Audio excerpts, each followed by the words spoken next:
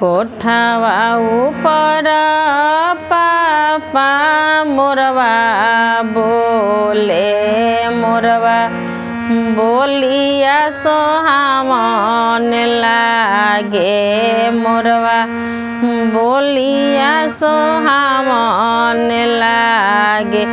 आजू के रतिया पापा जागल हो रही है आजू घरवा चोरिया हुई हो आजू घरवा चोरिया सारा संपत्तिया पापा बाची हो जाई है दुलारी धिया चोरिया हुई है हो दुलारी धिया चोरिया हुई है हो